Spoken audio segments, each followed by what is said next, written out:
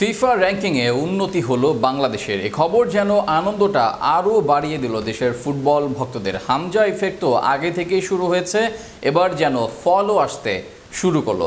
এদিকে ফিফার প্রকাশিত নতুন র্যাঙ্কিংয়ের সবার উপরেই আছে আর্জেন্টিনা। তবে ব্রাজিলের জন্য খবরটা স্বস্তির নয়। ফিফার নতুন র্যাঙ্কিংয়ে বাংলাদেশ, আর্জেন্টিনা কিংবা ব্রাজিল কার অবস্থান কত তাই জানার চেষ্টা করব প্রতিবেদনে।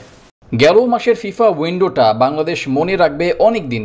ইংলিশ প্রিমিয়ার লিগে খেলা হামজা চৌধুরীকে যে অবশেষে নিজেদের করে পাওয়া গেছে এই উইন্ডোয়, তা অবশ্য আরও একটু বেশি স্মরণীয় হয়ে থাকতো ভারতকে হারানো গেলে। তাহলে প্রায় ২৬ বছর পর কোনো প্রতিযোগিতামূলক ম্যাচে ভারতকে হারানোর তৃপ্তি সঙ্গী হতো দলের।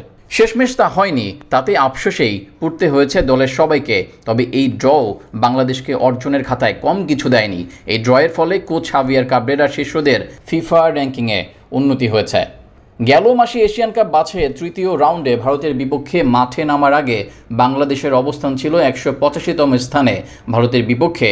এরপর গোল শূন্য ড্র করেছে বাংলাদেশ। এরপর ৯০৪.১৬ পয়েন্ট নিয়ে ফিফা র্যাঙ্কিংয়ের ১৮৫ নম্বর থেকে ১৮৩তম স্থানে উঠে এসেছে দল। শীর্ষ স্থানটা আর্জেন্টিনার দখলেই আছে। লিওনেল মেসিকে ছাড়া খেলতে নামা আর্জেন্টিনা গেল মাসে হারিয়েছে উরুগুয়ে ও ব্রাজিলের মতো দুই দলকে। তাতেই ১৮৮৬.১৬ পয়েন্ট নিয়ে বর্তমান বিশ্ব চ্যাম্পিয়নরা ধরে রেখেছে শীর্ষস্থানটা। আরেক লাতিন পরাশক্তি ব্রাজিলের উইন্ডোটা অবশ্য ভালো কাটেনি। আর্জেন্টিনার কাছে হজম করতে হয়েছে ৪ গোল। তবে এরপরও তাদের অবস্থানে পরিবর্তন হয়নি।